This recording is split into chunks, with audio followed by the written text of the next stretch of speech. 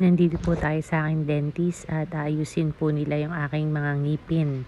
Kakabitan po nila ako ng night guard para ma-save po yung aking mga ngipin dahil nagbibitak-bitak na babasag at nasisira. Dahil sa matindi pong pag-grind ng ngipin ko, lalo na po kapag ako'y natutulog. Kung kaya't nag-decide po ang aking doktor na lagyan ng night guard. Bago naman po nila ako sukatan ng night guard ay lahat po ng aking ngipin ay kanya munang inayos at tinakpan.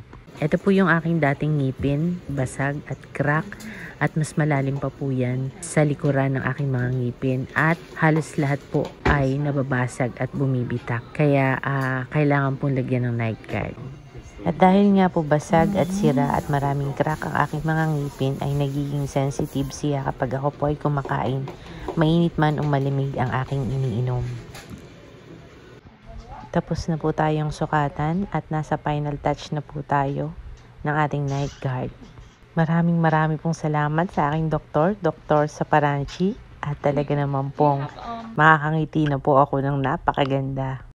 Pantay na po at makinis na po ang aking mga ngipin. This is my final teeth. It's all gone. The best. Thank you, Doc Saparanchi. Salamat.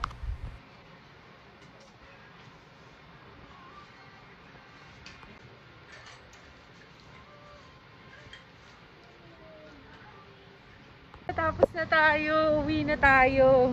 Maganda na yung ngipin ko. Ayun no. Mamaya natin, i-examine natin mabuti. Pero maganda na yung ngipin ko. Yun na. Pantay na, wala na yung mga crack. Naku, thank you talaga. Napakagaling ng aking doktor sa ngipin. Talaga naman.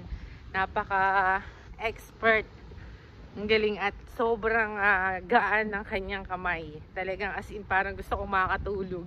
Parang hindi ko naramdaman yung mga pinaggagawa niya sa ngipin ko at ang parang nafe-feel ko kahit ako matulog parang hindi ko talaga ramdam yung mga kanyang paghawak sa aking ngipin. Napaka-soft ng kamay. Thumbs up sa akin, doktor. Thank you, Doc Saparanchi. Thank you so much. Beautiful and pretty doctor. Thank you.